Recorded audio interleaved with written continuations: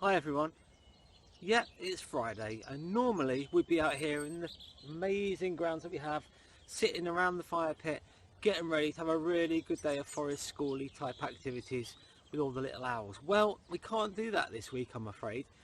But I thought, you know what, I'm going to try and take some of our outdoor learning back to you so you can watch it in your house and do stuff in your garden maybe. So I thought, well, how could we possibly do that? What could we do that we've done at school that you might be able to take home and show your mums and dads and families about? And I thought, I know, what about if we took these things out again and we used some of these sticks and we did something with them? And I thought, well, will mums and dads know what to do with these sticks? I know, I thought, how can we possibly help them do this? What could we do to give them a clue? Got it, I thought, we'll share a book. Because if we remember back quite a long time ago now, we read a fantastic story about a little boy called Stanley. And Stanley was really into sticks and he got himself a stick and his stick was amazing. It could do all sorts of things. So I thought, I know, let's share that story. You can share it with your mums and dads and then maybe you can have a bit of an adventure as well. So here goes. So this story, one of our favourites, is called Stanley's Stick. And Stanley's stick is ordinary, but it can be anything at all because he's got an amazing imagination. Sometimes it's a rocket, sometimes it's a dinosaur. In this book we're going to find out some of the fantastic things that he gets up to.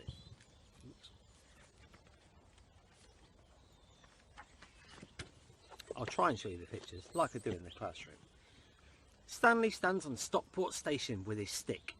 Stanley always carries his stick with him. And here is Stanley on the platform. It's quite a busy platform. This is obviously in times gone by when there was time to go out on the train platform. And there he is, look, can you see the stick? I bet you can see the stick there. He's waiting patiently.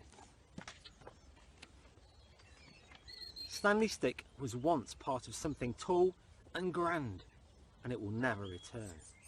I guess like one of these amazing trees behind us.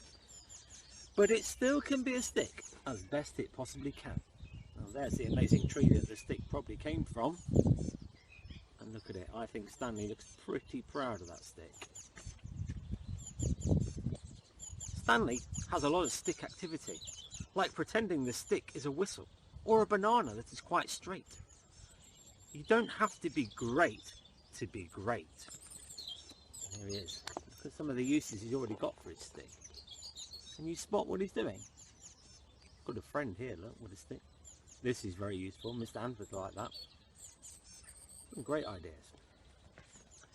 Sometimes he likes to pretend the stick is a match to catch the world aflame.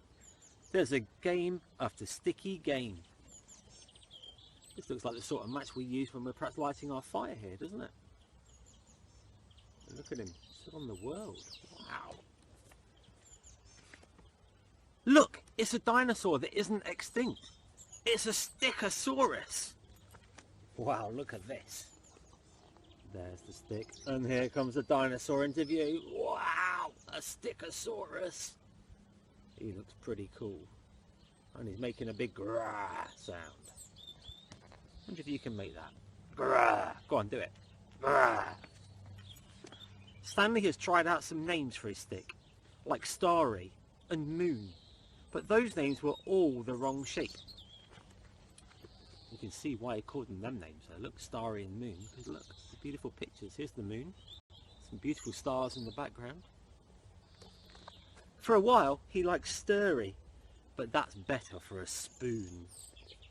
And look, he's trying to stir whatever's in his cup, probably a cup of tea. It should be coffee, shouldn't it, for me? But he's stirring it up with a stick. Stanley's stick is good for writing in the sand, in languages that only Stanley can understand. Look at him, he's writing there. Stanley was here. I think he spelt those wrong. Never mind, we'll let him off. And 4 times now, he's used his stick to pick up slugs from pathway, platform and pavement, thus saving them from a fate worse than feet. Oh dear. And poor slugs, I can imagine what might happen if Stanley didn't rescue them. Ooh, can you? Ooh, what a mess. Stanley's friend Bertie has some string, and sometimes they tie the string to the stick's end and go pretend fishing. Now that sounds like a fun activity. I reckon we could do that at school. We could definitely go over there to the pond and see if we could do some pretend fishing in there. Oh, there he is, look, with his friend. Because the fish are pretend, no fish get hurt, says Bertie. Bertie's a wise boy. I like him. So here is Stanley standing on the station, taking his stick for a very short stay at the side of the sea with his mum and dad. The train pulls in, and there's the train again, coming to the station. They've all been waiting patiently. Down at the sea, Stanley goes down to the side of the tide. His folks take stock of Stanley standing in the sand, stick in hand. What is he doing? I wonder what he's going to do. What would you do now? You stood there at the edge of the water, you got a stick in your hand. I wonder what I'd do.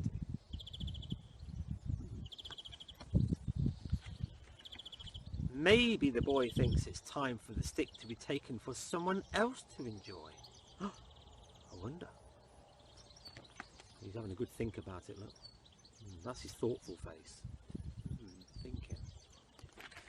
Stanley hurls his stick into the wide tide. Gosh! What a tiny splosh for something that has been so big in Stanley's days. And look, he did throw it. He threw it into the sea. It made a little splosh in the water. I guess that's because the sea's huge. The sea picks up the stick and tucks it into itself. Stanley is now stickless. Oh dear. So there he is, look, stood on the beach looking into the sea. And the stick has been swallowed up almost by the sea. Look, it's going to go somewhere. I wonder where. The next morning, back at their spot on the beach, the tide is out. Stanley treads towards the spreading sea. Boats ride seaback out on the distance. Stanley decides to look for interesting sticks, for other sticks which have been carried twiggy back upon the turning tide. And you can see some great picture here of him on the beach. And some people sunbathing. I presume it's a lovely sunny day. That's nice, like today really. Lovely out here today. And there's the rest of the beach. It's quite a big beach, isn't it? And look, there's children here. What are they on? Oh, they're on the back of donkeys by the look of it. Pedalling along the sand, like it. Soon he stumbles upon a stick alone upon the shore.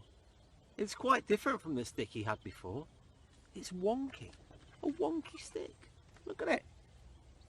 What shape does that remind you of? Looks like an animal. I reckon it could well be. So he's got a wonky stick. How cool.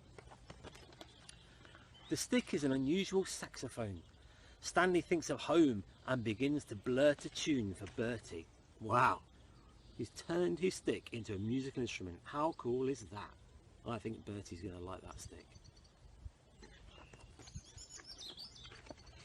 Now Stanley stares at the sea through his stick telescope. It is wonky. And this stick, Stanley knows the name of it. There it is, look. Looking through it. Can't really see a lot. Can you think? Oh, it says it is called. I wonder what it's called. What would you call a stick like this? Oh, there he is, look. It's called Fantastic. Fantastic. Wow, what a fantastic story. And look how he's using his stick here. And it's like a sail. He's holding his sail up now. Like the pole that holds his sail up on his boat. Wow. So there's some of the amazing things that Stanley did with his stick. Well, Stanley's fantastic. I wonder what you could do with your stick. I wonder if you could find one and then come up with some great ideas for it. So I've got a couple here. I mean, this is quite a big, massive stick. I've got a little thinner one. And if you did go down out of the house maybe and walk down to the park, as long as you kept away from everybody else, maybe you could find one. And then what could it be? This could be, I suppose, a little telescope. Or it could be a tennis racket. Could be a sword, if I was playing carefully. Or it could be a very small tent pole, if I was going to make a tent for a teddy bear or something, couldn't it? Or maybe I could find a few more and make a pretend fire. Lots of things you could do with a stick. I could put a flag on the end of it. Yeah, loads of things. See what ideas you can come up with, and if you do any amazing things, take a photo, get mum, dad, whoever, to send it in to us, either on Tapestry, and Mrs. Dryden can pass it to me, or email it into school. Right, that's me done. Have a lovely day, and have a lovely weekend. I'll see you guys soon. Bye.